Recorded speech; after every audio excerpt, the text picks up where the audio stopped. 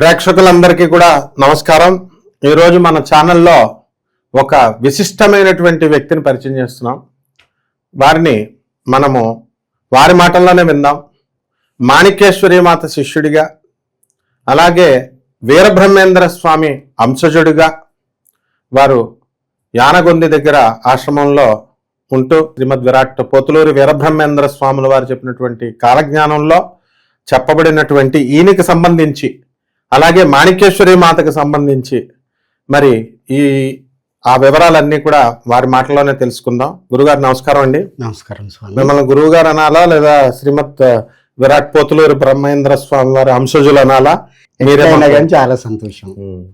రామయోగి గారు వీరు. మరి కాలజ్ఞానంలో పోతులూరి వీరబ్రహ్మేంద్ర స్వామి వారి కాలజ్ఞానంలో మీ ప్రస్తావన వచ్చింది రామయోగి అని, తర్వాత యానగొంది అని, ఇలా మాణిక్యేశ్వరి మాత గురించి మీ గురించి కూడా ఆ ప్రస్తావన ఉందన్నారు. కొంచెం కాలజ్ఞానంలో ఉంది. అదంతా కూడా మా ప్రేక్షకులకు కొంచెం వివరించండి. చాలా సంతోషం స్వామి. ఇప్పుడు ముఖ్యంగా కాలజ్ఞానం వీరబ్రహ్మేంద్ర స్వామి వ్రాసినటువంటి కాలజ్ఞానమే వర్తిస్తుంది అని నిరూపించడానికే ఈ చర్చ వారి యొక్క దయ వలన జరుగుతున్నది. ఇది ప్రక్షిప్తాలు కాదు, అది అక్షర దోషాలు లేదు. ప్రతి వాక్యం కూడా బీజాక్షర సంక్రమం, విస్తృత అర్ధ కీర్తి. ఒక్క పదానికి ఎన్నో అర్థాలు వస్తాయి. ఎవరు చదివితే వారికే అర్థం వస్తుంది. వాళ్ళ యొక్క మైండ్లో ఏ భావన ఉంటే అదే అర్థం వస్తుంది. నా యొక్క అంశతో జన్మించినటువంటి వారు, నా శిష్యులు, నా కుమారులు చదివినప్పుడు ఒకరికి మాత్రమే ఈ యొక్క అనుమతి ఉంటుంది, ఇది చెప్పగలుగుతారు. కాలజ్ఞానం మొదటి అధ్యాయం నుండి 11వ అధ్యాయం వరకు కూడా అతి రహస్యమైనటువంటి విషయాలు చెప్పారు. దాంట్లో ఎవ్వరూ చేయబెట్టలేదు. మిగతా గోవింద వాక్యాలు కానీ, వాచ్యంగా ఉన్నటువంటి 12వ అధ్యాయం కానీ, పద్యాలు కానీ, భ్రమరంభ పద్యాలు కానీ, అట్లాగే ద్విపద కావ్యం కానీ వాచ్యంగా ఉన్నాయి. అవి చెప్పుకోవచ్చు. కానీ వారి యొక్క అనుగ్రహం వలన, నా కృప వలననే తెలిసేనిమా. కరెక్ట్. అది నా యొక్క గురుగారు. నేను చాలా సార్లు ఆ పద్యాలు చెప్పాలని ట్రై చేశాను. తెలుగు బాగానే వచ్చినా నాకు అర్థమయ్యేది కాదు. మీరు చెప్పింది కరెక్ట్. తపస్సంతా కూడా ఈ యొక్క గ్రంథములో నిబిడీకృతమై కరెక్ట్. అది చెప్పాలంటే సాధ్యం కాదు. నా యొక్క ఆత్మతో జన్మించినటువంటి రామయోగి గారికే ఇది సాధ్యము. వారు ఎక్కడ పుడతారు? మునుగోడు ఊకొండి రామగిరి అంతటా ఊకొండి రాయంలో రామనగరమందు మునుగోటి అగ్రహారంలో 1961కి ఆ 2వ సౌజన్యం దొరికినప్పుడు దాంట్లో వ్రాయడం జరిగింది.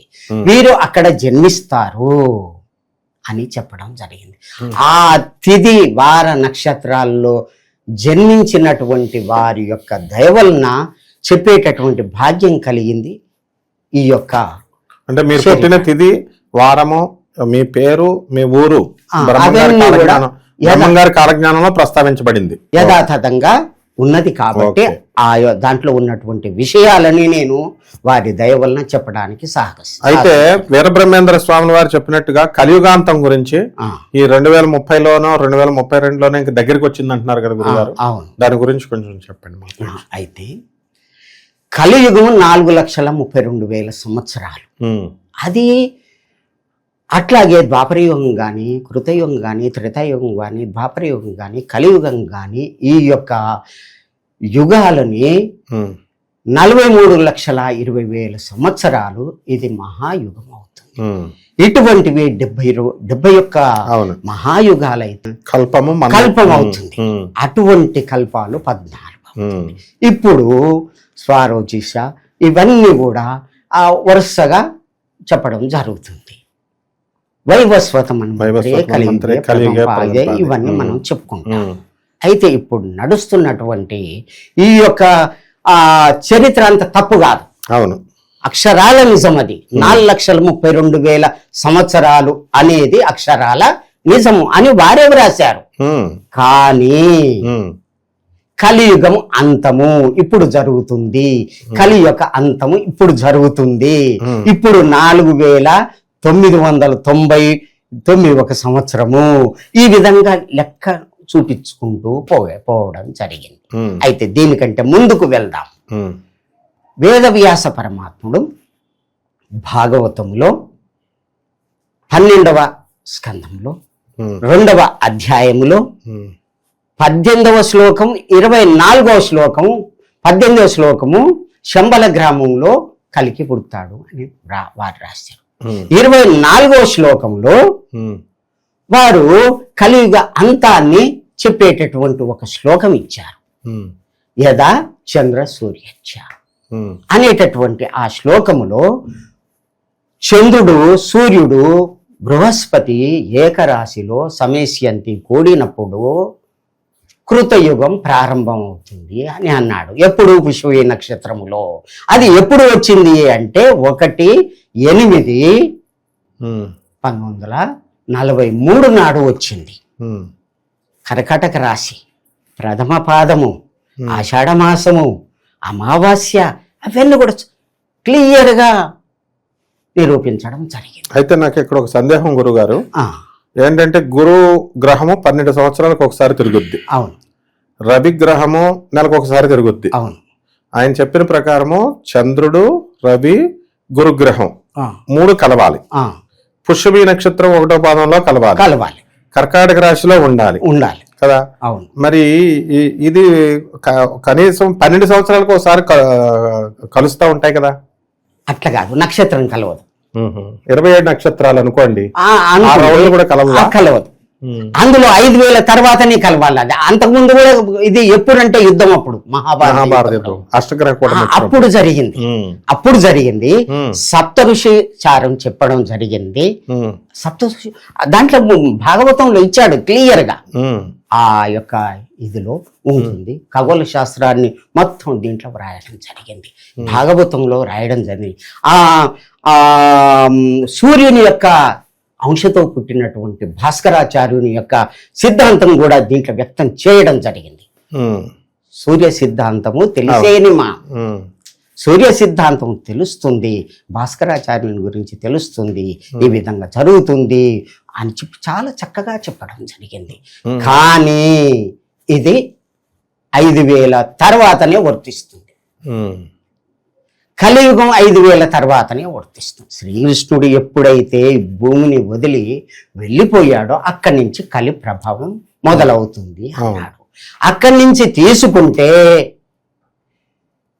కలకత్తాను రాజధానిగా చేసుకొని విక్టోరియా రాణి పరిపాలన చేయడం జరిగింది. 8 మంది మంత్రులతోటి చేయడం జరిగింది. అక్కడికి 5000 అవుతుంది. అది ఎప్పుడు 1901వ సంవత్సరం 1900 సంవత్సరం వరకు జరుగుతుంది. అంతవరకే చెప్పడం జరిగింది. మరి తర్వాత ఎందుకు చెప్పలేదు? కలియుగ రాజుల యొక్క చరిత్ర ఎందుకు చెప్పలేదు? వారికి తెలియకనా? ఆ తర్వాత జరిగేది వారికి తెలుసు, ఏమైతుంది తెలుసు. అంతకు ముందు మనం తీసుకుంటే భట్టి విక్రమార్కుని యొక్క కాలం వరకే ధర్మం అంతంతనే ఉన్నది. 3044 వరకు ధర్మం ఉన్నది. అంతకుముందు ఏమైంది? 1755లోనే భయంకరమైనటువంటి కలి జంజం వేసుకున్నటువంటి వాళ్ళని అందరినీ కథం చేసి చేసి ఆ జంజాలతోటి క్వింటల్లుగా తోచి యజ్ఞం చేసిర్రు. అట్లా రాయడం జరిగింది. నువ్వు భాగవతం చదవండి, అదంతా ఎటుపోయింది. ఆయన ఎవరు? ఒక శూద్రుడు రాజయ్యుండు, శూద్రులకు రాజులుగా చేసిండు. అందరినీ ఈ విధంగా చూడు, భాగవతమే సాక్ష్యం, ఇంకేమీ అక్కర్లేదు. భయంకరమైనటువంటి స్థితి అప్పుడు. కలి యొక్క ప్రభావం ఇంత అంత కాదు, ఇంట్లోకి పోయి గుంజుకొచ్చి చంపారు. చాలా ఇదిగా భయంకరంగా జరిగింది నందుల యొక్క పాలనలో. తర్వాత అవన్నీ కూడా మీకు తెలుసు, అవన్నీ కూడా మీరు క్షుణ్ణంగా అధ్యయనం చేశారు. మీరు దైవజ్ఞులు, అటువంటి ఇదేమి కాదు. ప్రజలందరూ కూడా చక్కగా వేదాన్ని, శాస్త్రాన్ని, పురాణాన్ని, అన్ని కూడా చదివి భగవంతుని గురించి ఎదురు చూస్తున్నారు. ఆ యొక్క కాలజ్ఞానంలో ఉన్నటువంటి ఆ రహస్యాలని ఇప్పుడు మనం బయట పెడుతున్నాం. అలాగే తప్పకుండా. అయితే ఇప్పుడు మనకి శ్రీకృష్ణుల వారు లోకాన్ని వదిలేసి గోలోకానికి వెళ్ళిపోయారు. అవును బాగుంది. అక్కడి నుంచి ఇంకా కలి స్టార్ట్ అయింది. అవును కలియుగం స్టార్ట్ అయింది. అవును. ఆ తర్వాత మరి ఇప్పుడు ఈ కలియుగ అంతం గురించి ఏమని చెప్పబడి ఉన్నాయి? అది వేదవ్యాస పరమాత్ముడే ఈ విధంగా చంద్రుడు, సూర్యుడు, బృహస్పతి ఏకరాశిలో సమయస్యంతి అంటే కలిసినప్పుడు పుష్పే నక్షత్రములో కలిసినప్పుడు 5000 తర్వాత ఇది అంతముందంగా ఇది కలియుగము అంతమవుతుంది. కృతయుగము తత్కృతం అన్నాడు. కృతయుగం ప్రారంభం అవుతుంది అన్నాడు. అంటే వారికి తెలియకనా? 4,32,000 సంవత్సరాలు నేను తెలుసు కదా. ఎందుకన్నాడు? ప్రథమ పాదే అన్ని మనం ఎందుకు చెప్పుకుంటున్నాం, సంకల్పంలో ఎందుకు చెప్పుకుంటున్నాం, అదంతా కూడా వారికి తెలియక కాదు. ఈ విధంగా జరుగుతుంది. అవి ఎన్ని అంటే కలియుగము 4,32,000 సంవత్సరాలు. అంతర్యుగం ఉంటుంది, ధర్మయుగం అని ఉంటుందని వారికి కూడా తెలుసు. ఇది మహాత్ములకే తెలవబడుతుంది. ఇది ధర్మయుగము, అంతర్యుగము, ఇది ధర్మయుగము. ఇప్పుడు నాది ఎప్పుడైతే పట్టి విక్రమార్కుని తర్వాత పూర్తి 4 యొక్క ధర్మాలు కూడా లోపించినవో మ్లేచ్చుల యొక్క పాలన వచ్చింది. 2000 సంవత్సరాలు ఆంగ్లేయుల యొక్క, ముస్లింల యొక్క మ్లేచ్చాచార్య అని చెప్పి చక్కగా భవిష్యత్ పురాణంలో వ్రాయడం. ఎవరు మ్లేచ్చులు అంటే చాలా చక్కగా అక్కడ వివరణ ఇవ్వడం. నానా భక్షక మ్లేచ్ఛ గురు ధర్మములు లేక కుటిల మానవులు తిరుగు చందరు బలు దేశంబులారు వాళ్ళు నాశనం అవుతారు. అటువంటి వాళ్ళంతా కూడా మ్లేచ్చులు. మ్లేచ్ఛ నాశనం కొరికే విధంగా జరుగుతుంది. నేను వస్తున్నాను అని చెప్పడం జరిగింది. ఇది 5,000 సంవత్సరాల తర్వాతనే జరుగుతుంది అని అన్నాడు. ఎప్పుడైతే 1/8/1943లో ఈ శ్లోకం వర్తిస్తుందో దానికి ముందే కలికి భగవానుడు రావాలి. అంతంలో అన్నాడు కదా, చివరిలో అన్నాడు కదా, కలియుగము చివరిలో అన్నాడు కదా. కాబట్టి 43 కంటే ముందు జన్మించాలి. ఆ విధంగా భూదేవి, దేవేంద్రుడు, మునులు అందరూ కూడా వైకుంఠం పోవడం జరిగింది. ఎప్పుడు అంటే 1891లో దీంట్లో రాయడం జరిగింది. 90 కరనామ సంవత్సరంలో పోవడం జరిగింది. స్వామి, నేను భూభారాన్ని నేను మోయలేను, పాపం పెరిగిపోయింది, ధర్మం లోపించింది. మీ యొక్క నియమం ఏంది? ధర్మం ఎప్పుడైతే లోపిస్తే, పూర్తి ధర్మం ఎప్పుడైతే లోపిస్తుండే నేను వస్తాను. సంభవామి యుగే యుగే, నాకై నేను పుట్టి వస్తానని మీ యొక్క మీరు వాక్ ఇచ్చారు. మీరు రావాలి తండ్రి, మీరు రావాలి అని ప్రార్థన చేస్తే అప్పుడు వారు పంపడం జరిగింది అని గోవింద వాక్యాల్లో వ్రాయడం జరిగింది. ఆ యొక్క స్వామి వారు పంపించడం జరిగింది. ఎవరిని అంటే వీర ధర్మజులు, రామ ధర్మజులు, వీర యోగి, వారితో పాటు 4 పంపడం జరిగింది.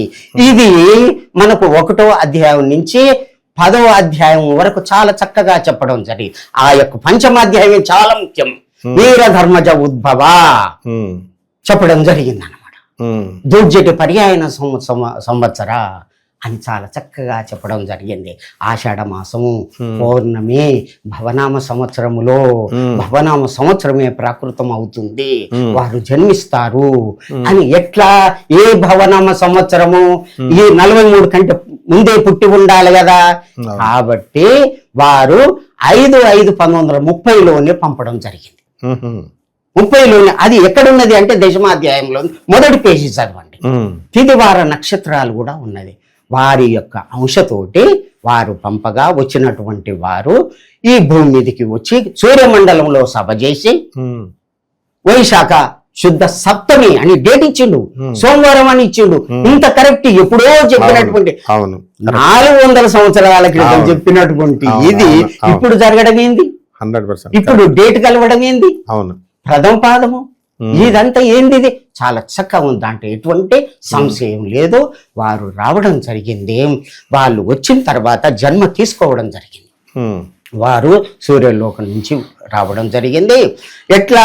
అప్సరసులు ఆడగా, గంధర్వులు పాడగా, కిన్నెర కింపురుషులు అందరూ కూడా సేవిస్తూ రాగా కాలనేమి అనేటటువంటి పుష్పక విమానం మీద సూర్యలోకం నుంచి వచ్చి మేము అహోబిలం రావడం జరిగింది. అక్కడ ఏమున్నది? నరసింహస్వామి యొక్క అవతారం. భక్త రక్షణ కొరకు వచ్చినటువంటి వారికి స్థానంగా తీసుకొని భూమి అంతా కూడా ఒకసారి తిరిగాము, ఇక్కడ మీటింగ్ పెట్టుకున్నాము, యానగుందిలో మీటింగ్ పెట్టుకున్నాము అని కూడా రాసింది. ఎప్పుడు అంటే 5/5/1930 తర్వాత వచ్చిన తర్వాత తల్లి గర్భంలో ప్రవేశించాలని శ్రీముఖమే గురి, ముద్దుగురి, బాలగురి అని చెప్పి అక్కడ కొన్ని నిదర్శనాలు ఇచ్చాడు. ఎట్లా పుడతారు, ఏం కథ చాలా చక్కగా ఇచ్చారని. నందిముఖ పరమానందం. నందిముఖుడు సంతోషపడతా, ఆహా ఏమందు నేను ఇంకా చాముండి ముందర ఆనందముని చిందాడి తీర హరి గోవింద గోవింద బ్రహ్మము శివ గోవింద గోవింద. నయనలారా, శిశులారా, బ్రహ్మంగారు చెప్తారు, రాబోయేటటువంటి కాలంలో అంత ఆనందమే, అందరూ భక్తులు అవుతారు, వేల కొద్ది భక్తులు అవుతారు. ఇటువంటి ప్రాకృతమైనటువంటి వాళ్ళు పామ అనేటటువంటి భక్తులంతా వీళ్ళంతా కూడా పాపాత్ములంతా కూడా నాశనం అవుతారు, అటువంటి కాలం వస్తుంది అని చెప్పారు.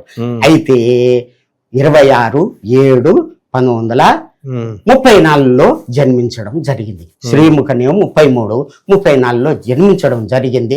వారే వీరధర్మజులు. వారు ఎక్కడ ఉంటారు? జన్మసేవ్యం భక్తి ప్రదం ప్రదోష తీర్థం ప్రయాగ మాధవం ఆనగుందిలో ఉంటారు. యానగుంది అని హంపి విరూపాక్ష ఉన్నది కదా, అది చారిత్రక యానగుంది. కానీ కర్ణాటక రాజ్యం అనేది భాషా ప్రయుక్త రాష్ట్రాలు ఏర్పడ్డప్పుడు ఆ పేరు వచ్చింది. అప్పుడు స్వామివారు దివ్య దృష్టితోటి చూసి కర్ణాటక రాజ్యం అన్నారు, ఉత్తరాది ఉభయ రాజ్యం అన్నాడు. భారతదేశానికి 2వ రాజ్యం అంటే దక్షిణ భారతదేశంలోనే కర్ణాటక రాజ్యంలో ఉంటుంది. ఆ కర్ణాటక రాజ్యంలో ఆనగుంది ఉంటుంది. దీనికి ఇంత దూరంలో ఊటుకూరు మెతకసీమ ఉంటుంది. ఇక్కడికి ఆకాశ మార్గంలో బసవ కళ్యాణం ఇంత దూరం ఉంటుంది అని లెక్కగట్టి చూపెట్టడం జరిగింది. అక్కడ ఎవరుంటారు? మామి మూమే మఖ ఈ అక్షరాల్లో వారి పేరు ఉంటుంది. వారి యొక్క వీరధర్మజుల యొక్క పుట్టక మొత్తం పంచమాధ్యాయంలో రాయడం జరిగింది. వీరధర్మజ ఉద్భవ వారి గురించి ఇంతవరకు ఎవరూ చెప్పలేదు, దాంట్లో క్లియర్ గా చెప్పడం జరిగింది. ఉద్భవ వారే ఆ సూర్యలోకం నుంచి వచ్చి ఈ యానగుందిలో ప్రకాశం అవుతారు.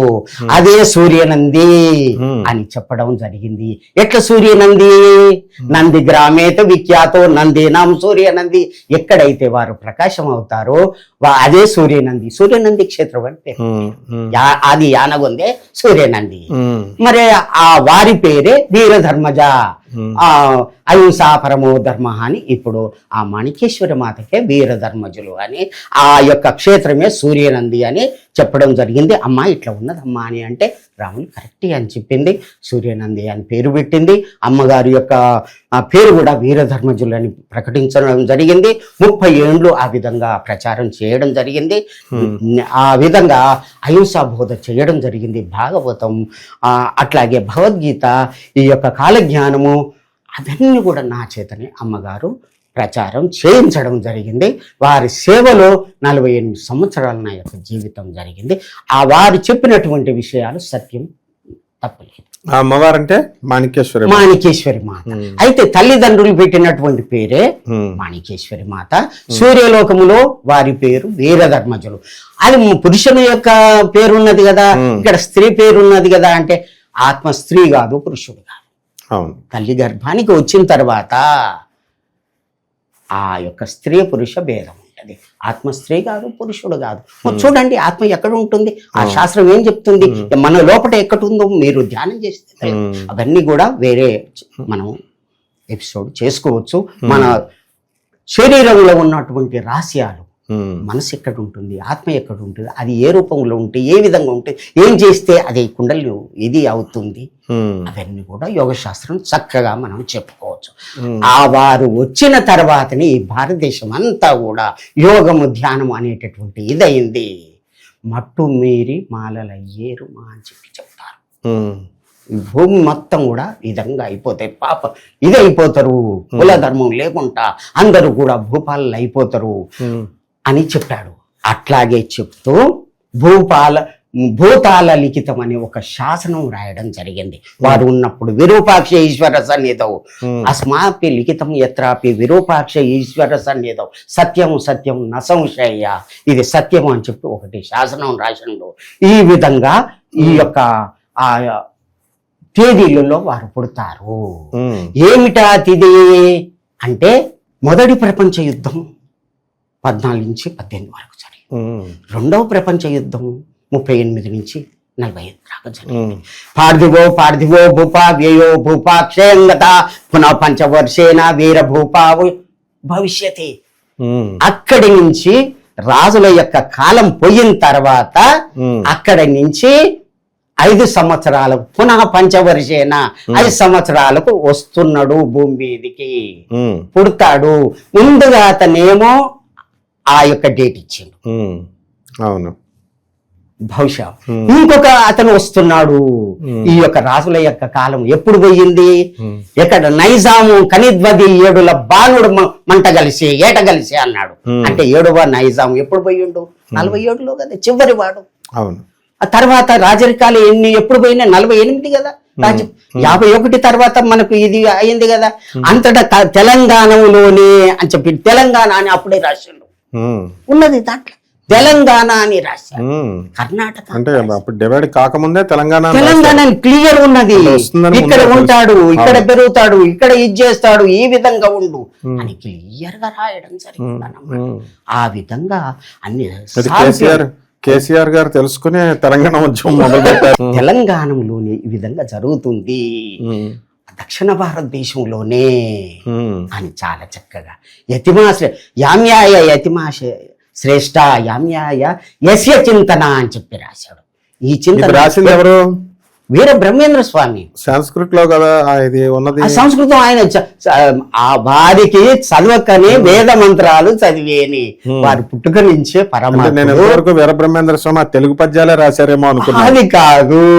రామబ్రహ్మ నిర్గుణాకారం వీర బ్రహ్మార్క తేజసం నాద బ్రహ్మ ఇతి ప్రోక్తము నానా దేశాన్ని లక్షణం. ఎక్కడెక్కడ ఏం జరిగేది ఆయన తపస్సులో కూర్చుంటే వినబడుతుంటే గురిజారు ముళ్ళు తీసుకొని ఆ తాటి ఆకుల మీద అవన్నీ కూడా అవి వంగు అనగానే వంగేది, అవన్నీ కోసుకునేది.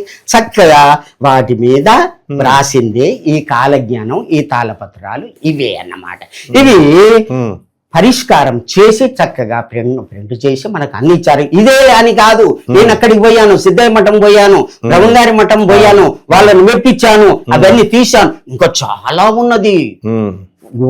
చనిపోతే బ్రతికేయించేటటువంటి మంత్రాలు ఉన్నాయి. సిద్ధయ్య మఠంలో లక్ష్మీశ్వరయ్య అని ఉండేవాడు.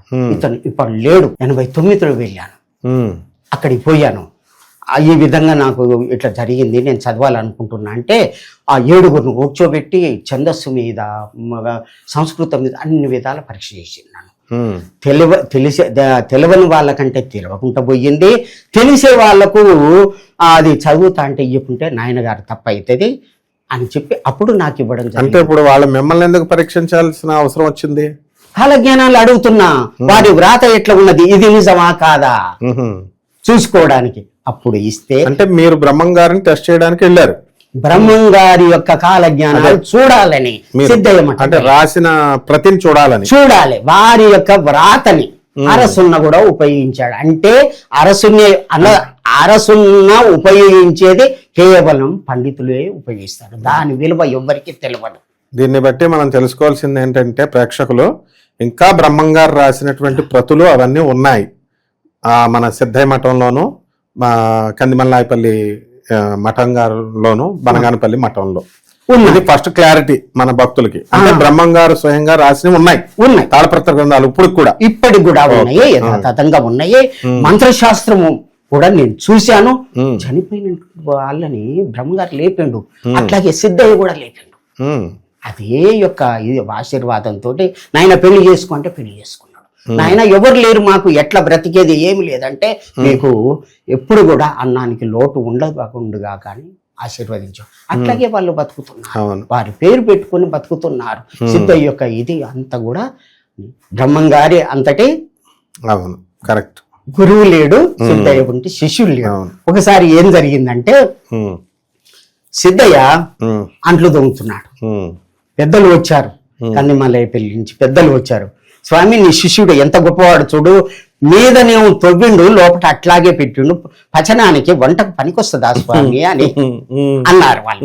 బ్రహ్మం గారు నవ్వి, నాయన మీకు బుద్ధి చెప్పడానికి అట్లా చేసిండు, మీరు ఏం చేశారు, మంచి సబ్బులు పెట్టి పౌడర్ వేసి మంచిగా కొనుక్కున్నారు, లోపల ఉన్నట్టు వంటిది తోమడం లేదు, మీకు బుద్ధి చెప్పడానికి చేసి. అంటే గురువుగారు శిష్యుడికి సపోర్ట్. పూర్తి అటువంటి జ్ఞాని సిద్ధయ్య గారు, ఇటువంటి జ్ఞాని గురువు గారు లోకానికి చనిపోయినటువంటి వాళ్ళను కూడా బ్రతికించి కరిగించినటువంటి సీసాన్ని తాగి మరి పోలేరమ్మని పోలేరే ఉప్పు తీసుకురా అంటే తీసుకొచ్చి అందరికీ తన యొక్క మహిమలు చూపెట్టి ఆ అంట్లు తోమారు, వాళ్ళకు బుద్ధి చెప్పారు.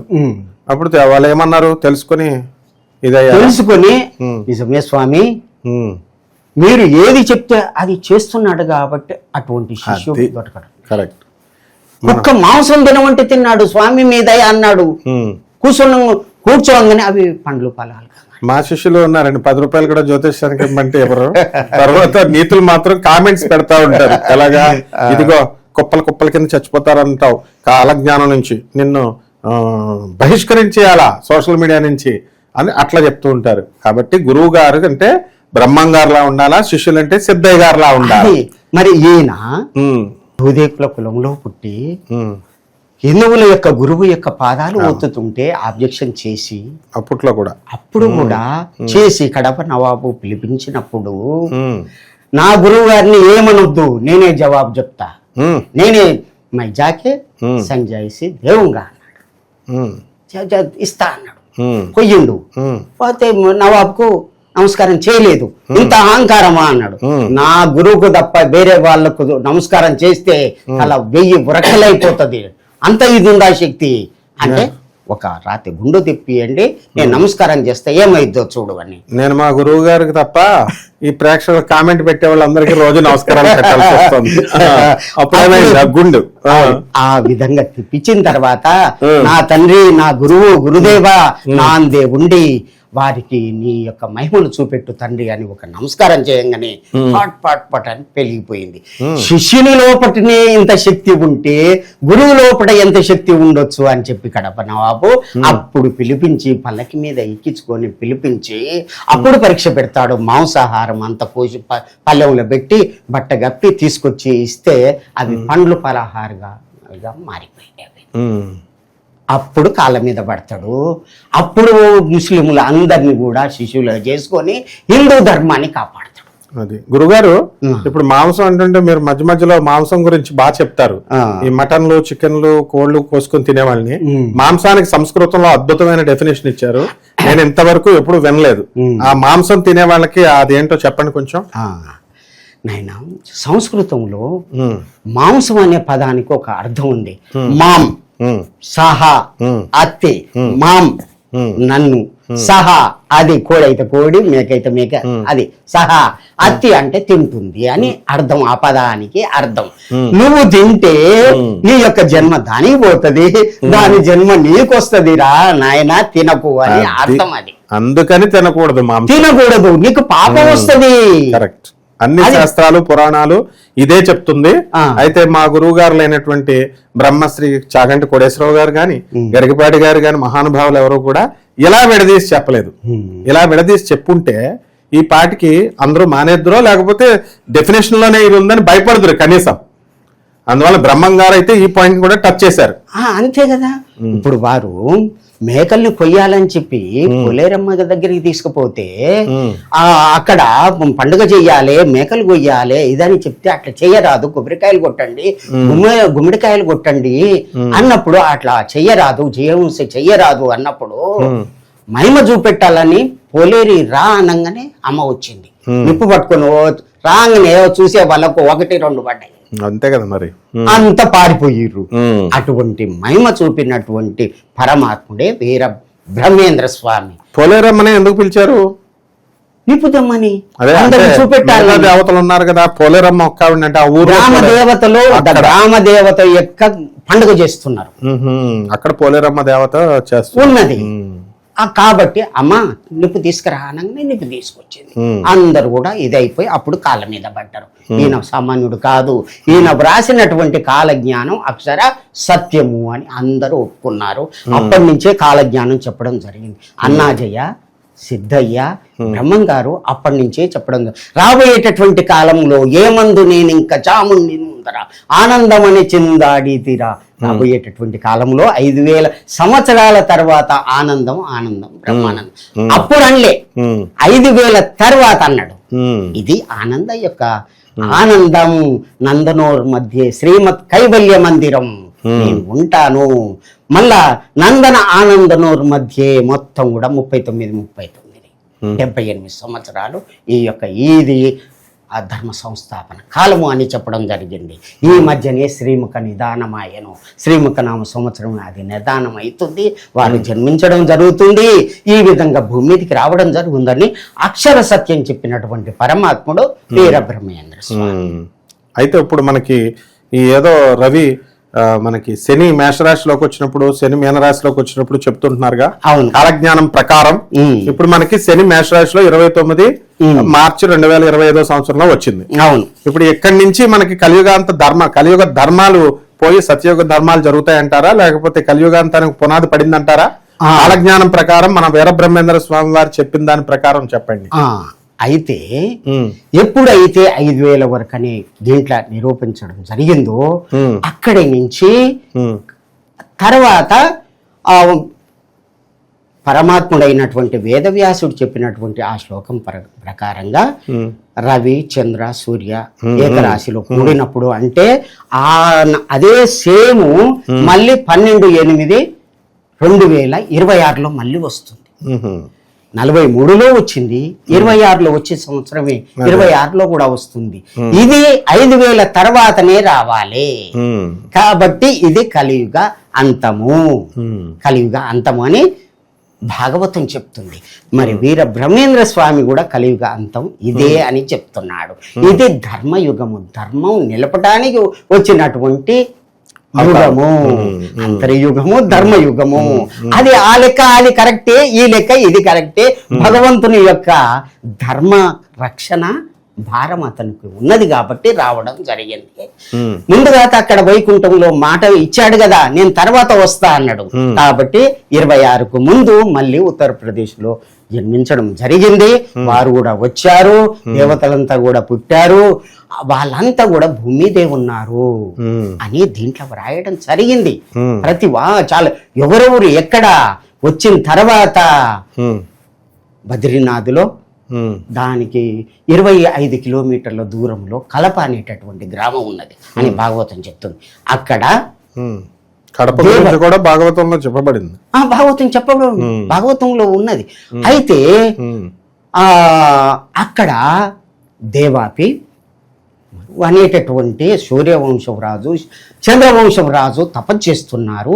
వారిని పిలిపించి కల్కి భగవానుడు వర్ణాశ్రమ ధర్మాల్ని మళ్ళీ నెలకొల్పుతాడు.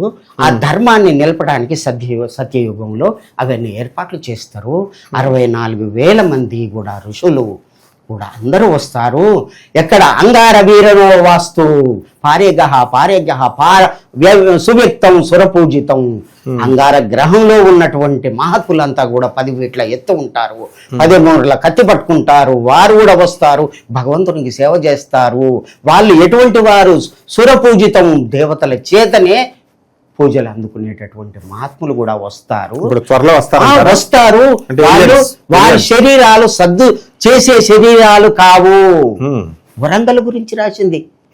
ఓరుగంటి తెరువులో మధ్యన వస్తూ ఉండగా కృష్ణ అర్జునులు వారు కనిపించరు, మహాత్ములకే కనిపిస్తారు, ధర్మ సంస్థాపన కొరకు తిరుగుతున్నారు అని చెప్పి కొన్ని ప్లేసులు ఇచ్చారు. అంటే ఇప్పుడు మన కృష్ణార్జునులు ఇంకా ఉన్నారు, మరైతే వాళ్ళు తిరుగుతున్నారు.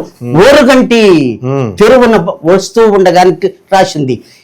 7వ నైజాం రాజు గురించి రాసి ఉండంగా ఇదంతా ఎందుకు ఉండదు? అవును. ఎంత చక్కగా ఉన్నది కాలజ్ఞానం అంటే, అంత చక్కగా ఉన్నది. అది ప్రక్షిప్తాలు కాదు, చూస్తే వ్యాకరణానికి కొరకరాని కొయ్య తెచ్చి కొత్త చీర మూట గట్టి ఇది తెలిసేది ఎప్పుడు అని పరమాత్మ అంటే అది ఆ విధంగా ఎవరికి తెలిసేది కాదు. ఇది పాపపు కంట పడకుండుగా కానీ చెప్పించి వారు చెప్పేవారు ఎవరో వారు వస్తారు. వారు గురించి 6వ అధ్యాయంలో ఉన్నది. ఆ రామయోగి అని ఉన్నారు, వారితోటి సంవాదన చెయ్యండి. ఎటువంటి సమాధాన? రామధర్మజ సంవాదో నిగమో భవతి. ఈ నిగమం అంటే ఈ వేదము తెలవటానికి వారితోటి వాదన చెయ్యండి. ఎటువంటి వాదన అంటే శార్దూలమపి నిగమో భవతి. పెద్ద పులితోటి కొట్లాడి నువ్వు జయించే శక్తి ఉంటేనే వారితోటి జయించు, అప్పుడు బయటపడుతుంది ఆ అర్థము. ఇది సత్యం సత్యం న సంశయ బ్రహ్మం గారు చెప్పినటువంటి వాక్యాన్ని అన్నమాట. అద్భుతం గురుగారు, అది సూపర్. అయితే ఇప్పుడు మనకి ఈ మేనంలో ఈ శని వచ్చాడు, ఇక్కడ నుంచి కలియుగాంతం ఏదో అయిపోతుందని 2032లో అంటున్నారుగా, అది అయితే బ్రహ్మం గారు రాసినటువంటి ఏకాదశ అధ్యాయము చివరికి అంతమయ్యేటటువంటి ఇది శ్లోకాలలో రాయడం జరిగింది. మీన రాశిలో శని ప్రవేశిస్తుంది 29/3/2025 నుంచి 2/6/2027 వరకు ఉంటుంది. అప్పుడు ఏం జరుగుతుంది? మ్లేచ్ఛనాశనం.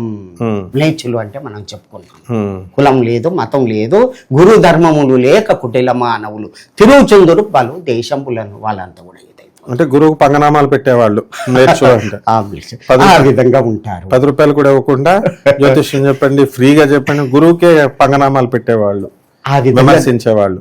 జరుగుతుంది అని డేట్లు ఇచ్చాడు, పుట్టిగా కాదు. మీరు చూడండి ఏకాదశ అధ్యాయం చివరిలో ఉన్నది. తర్వాత మీనం తర్వాత మేషరాశికి 3/6/2027కి శని ప్రవేశిస్తుంది. అక్కడి నుంచి 7/8/2029 వరకు ఉంటుంది. కించిత్ సౌఖ్యం, కొద్ది సౌఖ్యం. మన భారతదేశంలో కొద్దిగా మేలు జరుగుతుంది. భారతదేశంలో భగవంతుడు పుట్టాడు కాబట్టి విభీషణ్ అంతటి భక్తులు ఉన్నారు. అందరు నేను కాచి రక్షిస్తాను కాబట్టి ఒకేసారి తీయను. ప్రపంచమంతా కూడా భూమండలం కరిష్యామి, పంచశక్తులతోటి భూమండలం కరిష్యామి. భూదేవి ఎక్కడైతే పాపం పెరుగుతుందో అక్కడ భూకంపం రావాల్సిందే, అంతే. ఆమెకు శివం వచ్చేస్తుంది, లేచేసరికి అక్కడ భూకంపం వస్తుంది. ఇప్పుడు భూకంపాలు కూడా టెక్టికల్ ప్లేట్స్ అని ఉంటాయి. ఆ ప్లేట్స్ ఉత్తర భారతంలో ప్లేట్స్, తర్వాత యూరోషియన్ ప్లేట్స్ ఒకళ్ళొకడు తోసుకోవడం వల్ల హిమాలయాల్లో కూడా వస్తుందట. ఇప్పుడు అందువల్ల అక్కడ నేను చదివేటప్పుడు చూశాను, ఆశ్చర్యపోయాను. భూభాగంలో లోపల ఎందుకు భూకంపాలు వస్తాయంటే కబడ్డార్, భూమి ఉపరితలం మీద జరిగేటటువంటి మార్పులను మార్చుకోకపోతే భూకంపాలు లోట్ల ప్లేట్స్ అన్ని గుద్దుకుంటాయని ఉన్నాయి. అది ఆ అమ్మకు ఎప్పుడైతే కోపం వస్తుందో, వీరు పుట్టినటువంటి కృష్ణా గోదావరి మధ్య మనం మధ్యలో ఉన్నాం. ఈ మధ్య సురక్షితంగా ఉంటుంది, ఈ మధ్యనే భగవంతుని యొక్క స్థితి ఉంటుంది. బాదామి ఏకమే రాజ్యం, రామధర్మజమేమయం. బాదామి వరకు వారణాసి అంతుమేమయం, వారణాసి నుంచి బాదామి ఏకమే రాజ్యం. శ్రీరంగం గౌతమం చేయవ, అక్కడి వరకు కూడా నా రాజ్యం భగవంతుని యొక్క రాజ్యంలో ఉంటుంది. నేను భక్తుల్ని రక్షిస్తాను, సత్యం సత్యం న సంశయ అని చెప్తాను. ఇది సత్యం అన్నమాట, ఇది తప్పదు. దీన్ని దాటి ఉన్నటువంటి వాళ్లకు తప్పదు ముప్పు, దండం, దశగుణం, భవేతు, కట్టె తీసుకొని ఏయడమే, దంచడమే. దత్తాత్రేయ స్వాముల వారిని కూడా మన పిఠాపురంలో ఎవరైతే నాకు తెలియకుండా ఇవి వస్తువులు ఆ మఠానికి సంబంధించి దొంగిలిస్తారో వాళ్ళని దొడ్డి కర్రతో కొడతారంటాడు. గురువులు ఎప్పుడు చెప్పేది ఇంతే, ఇలాగే చెప్తారు. అదే గారు అయిపోయింది. తర్వాత 29 వరకు కించిత్ సౌఖ్యం అన్నాడు. తర్వాత వృషభ రాశికి శని వస్తున్నాడు. 8/8/2029లో ప్రవేశించి 35/2032 వరకు ఉంటున్నాడు. అప్పుడు ఏం జరుగుద్ది? ఈశాన్య మూల నుంచి విష గాలి పుట్టి విపరీత జనులంతా సచ్చేరుమ. హరి గోవింద గోవింద బ్రహ్మము, శివ గోవింద గోవింద బ్రహ్మం. చెప్పలేదంటనకపోయేరు నరులార గురుని, చేరి మృక్కిత బ్రతుకని చేరు. చెప్పలేదంటనకపోయేరు, తప్పదిది ఓ గురువు వాక్యము. తప్పు త్రోవల బోవు వారని చప్పరించుక మింగు. చెప్పలేదంటనకపోయేరు నరు శరణులారా గురిని నేను చెప్పలేదు అనుకున్నారు. నాయన గురువుని శరణు పొందండి, సప్పరించుక మింగి తింటాయి, శక్తులు వస్తాయి. అది రావాలి, వచ్చినాయి, అప్పుడే వచ్చినాయి. అందరు పంచుకున్నారు. భూమి ఈ భాగం నీది, ఈ భాగం నీది, సూర్యచంద్రులకు ఇది, ఆ నంది మండలం ఇది అని దీంట్లో రాసింది. ఏ భాగాన్ని ఎవరు కాపాడుకోవాలనో వాళ్ళే కాపాడుకుంటారు, ఆ భక్తుల్ని వాళ్ళే రక్షిస్తారు. కరెక్ట్, అట్లా రాసి ఉన్నది దీంట్లో. కాబట్టి సప్తశతిలో కూడా మమ భార్యాం రక్షతు భైరవి, అలా ఒక్కొక్క శరీరంలో ఒక్కొక్క భాగాన్ని ఒక్కొక్క శక్తి మహాలక్ష్మి భైరవీదేవి ఎలా అయితే రక్షిస్తారో, విశ్వమంతా కూడా ఆయన శరీరం కాబట్టి ఒక్కొక్క శక్తిని ఆయన రక్షించమని పెట్టారు. అయితే కరెక్టే. అట్లాగే ఉత్తర భారతదేశంలో కూడా భవిష్యమాలిక అనేటటువంటి గ్రంథాలు, పంచసకులు అని 5 మిత్రులు, శ్రీకృష్ణుని యొక్క మిత్రులు పుట్టి మాలికను వ్రాయడం జరిగింది. నా యొక్క పుట్టుక ఈ విధంగా జరుగుద్ది అని జగన్నాథుడు చెప్పడం జరిగింది. ఇప్పుడు మనం చూస్తూనే ఉన్నాం. అవన్నీ మహిమలు కూడా ఒక ఇది చేసుకున్నాం, ఎపిసోడ్ చేసుకున్నాం. అది కూడా నేను చదివాను. అనంతంగా ఉన్నటువంటి ఆ యొక్క జ్ఞానాన్ని మీకు అందరికి భక్తులకు కూడా అందిస్తాను. అయితే మిథున రాశికి శని ప్రవేశించడం 31/5/2032లో మిథున రాశికి శని వస్తున్నాడు. అప్పటి నుంచి 11/7/2034 వరకు ఉంటున్నాడు. అప్పుడు ఏమైతుంది అంటే మొత్తం కలి, ఇప్పుడు ఏడ ఉన్నది అంత ఏడ చూసినా కానీ సత్యం లేదు, ధర్మం లేదు, పాపం చేస్తున్నాడు. ఈ కాలం వరకు 34 లోపట్నే ఇదంతా పోతుంది, అంత సత్య పురుషులు ఉంటారు అని చెప్తున్నాడు. ఇది తప్పు కాదు. ఇదే తప్పైతే కాశీలో గోహత్య చేసిన పాపాన పోతా, తల్లిని కవయ కోరిన పాపాన పోతా, నాకై నేను రాకుంటే ఈ యొక్క వేదాన్ని అగ్నిలో వేసి తలగబెడతా అని బ్రహ్మంగారు శబ్దం, బ్రహ్మంగారు ఇంత అథెంటిక్ గా చెప్పారు. కాబట్టి అది సత్యం, సత్యం, అది సత్యం. అది తీసుకుపోయి నిప్పులో వేసి తలగబెడతాయా? నువ్వు నమ్మకుంటే చూడు, నేను చేయకుంటే నేను పాపాన పోతాను. సెల్యూట్ కొట్టాలి మనం. వీరబ్రహ్మేంద్ర స్వామి, మాణికేశ్వరి మాత. ఇంత సత్యము, సత్యమైన వాక్కులు ఇవి చెప్పటానికి నోరు రాదా? అటువంటి ఇది జ్ఞానం ఉన్నది దీంట్లో అని చెప్పడానికి వారి దయ వలన చెప్తున్నాను. అప్పుడు ఏం జరుగుతుంది అంటే భూభారం నాశనం. ఆ మాత భూదేవి ఏదైతే కోరుకుందో అదంతా కూడా నెరవేరుతుంది. కలికి భగవానుడు భూమి మీద ఉన్నాడు, దేవతలు ఉన్నారు, మునులు ఉన్నారు, అందరూ ఉన్నారు. పరశురాముడు గురువయ్య ఉంటాడు. ఇప్పుడు దర్శనం ఇస్తున్నాడు. నేను అక్కడ చేస్తాడు దర్శనం, అక్కడ యజ్ఞం చేయడం జరిగింది. ఆయన భజన చేసుకుంటూ మనకి మా గానగాపురంలో కూడా పరశురాముడు యజ్ఞం చేసినటువంటి ప్లేస్ ఉంది, భస్మగుట్ట. వారు ఇప్పుడు దర్శనం యజ్ఞం చేస్తుంటే ఏమైంది ఎరికేనా, ఈ వచ్చారు, ఒక సాధువులాగా వచ్చాడు, డమరుకం వాయించుకుంటూ వచ్చాడు, ఆ మహావిష్ణువు యొక్క భజన చేసుకుంటూ పాట పాడుకుంటూ వచ్చాడు. జరుగుద్ది జరుగుద్ది జరుగుద్ది, ఇది సత్యం సత్యం అనుకుంటా వెళ్ళిపోయాడు. ఇది మొన్న ఈ మధ్య జరిగింది, ఒట్టిగా చెప్పడం. అవును అవును, కాశీనాథ్ మిశ్రా అన్నే ఉన్నాడు, వాళ్ళని దీవించడం జరిగింది. ఇదంతా సత్యం, తప్పు కాదు. వారి యొక్క ఆ జాడలో నడుస్తున్నటువంటి ఒక బిడ్డను నేను అక్కడ చూశాను, ఇక్కడ చూశాను. బ్రహ్మంగారి యొక్క అంశతో జన్మించినటువంటి ఈ జన్మ నిజమైతే ఈ యొక్క కాలజ్ఞానం నిజం, ఇది తప్పు కాదు. కరెక్ట్. ఇది ముఖ్యంగా కలిధర్మం నాశనం అవుతుంది. ఎప్పుడు అంటే 34లో కలిధర్మం నాశనం అవుతుంది. తర్వాత రాక్షస నామ సంవత్సరం, ఆనంద నామ సంవత్సరం చాలా చక్కగా సత్య యొక్క ధర్మం నిలబడుతుంది. అందరూ కూడా ధర్మాత్ములే ఉంటారు. 7 ఊర్లకు ఒక్క ఊరు, 7 ఒక్కరు, 7 దొడ్లకు ఒక దొడ్డి, ఈ విధంగా జరుగుతుంది. ఒకళ్ళు మిగులుతారా? ఒక్కరు. 7 ఊర్లకి ఒక ఊరు మిగులుతుంది, ఒక ఊరు. 7 మనుషులకి ఒక మనిషి మిగులుతాడు. అట్లని కాదు, ధర్మాత్ములు మిలుగుతారు. 7 పుట్ల నల్లపూసలు రాలిపోతాయి. ఈ మధ్యనే 7 పుట్ల నల్లపూసలు అంటే ఎంతమంది పోతారు? ఇది ఇది ఇది కాదు, లెక్క కూడా ఇవ్వడం జరిగింది. అయితే ఆ విధంగా సత్యం. నేను మొన్న కాలజ్ఞానం గురించి బ్రహ్మం గారు చెప్పింది ఇదే, కుట్లకి సవాళ్ళు లేచిపోతాయని చెప్తే వీడిని తీసుకెళ్లి భయపెడుతున్నాడు, పోలీస్ స్టేషన్ లో పడేయండి అని పనికిమాలిన వెధవలు శంకర జాతి కంచర గాడిదలు కామెంట్లు పెట్టినాయి. All IPS officers and all IAS officers నా శిష్యులని వాడికి తెలియదు. చెప్పండి. అయితే నాయన మీరు చెప్పేది అక్షరాల సత్యం. ఎందుకు మార్గాన్ని చూపెడుతున్నావు? ఇక్కడ పోతే కంప ఉన్నది, ఇక్కడ పోతే రాజమార్గం ఉన్నది అని చెప్పడం తప్ప? అట్లా చెప్తే నిన్ను అరెస్ట్ చేస్తా అంటే అది ఎంత తప్పు? వాళ్ళెవరో చేయడానికి అయిపోయా. అదే జ్ఞానం లేని ఏనులు చేసేటువంటి పనులవి. మనం రాజమార్గం మహాత్ముల యొక్క జ్ఞానాన్ని మనం బయట పెడుతున్నాం. మనం తప్పు కాదు, అది సత్యం. సత్యం నా సంశయ.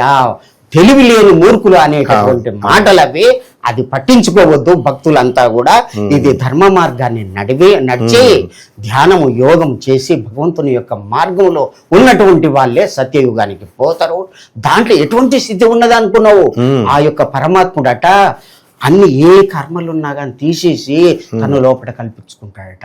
రాముడు ఎట్లా తీసుకుపోయిండు? వాళ్ళందరూ ఎటువంటి పుణ్యం చేసిరయ్యా వాళ్ళు ఉన్నటువంటి ఏ యోగం లేదు, ఈది లేదు.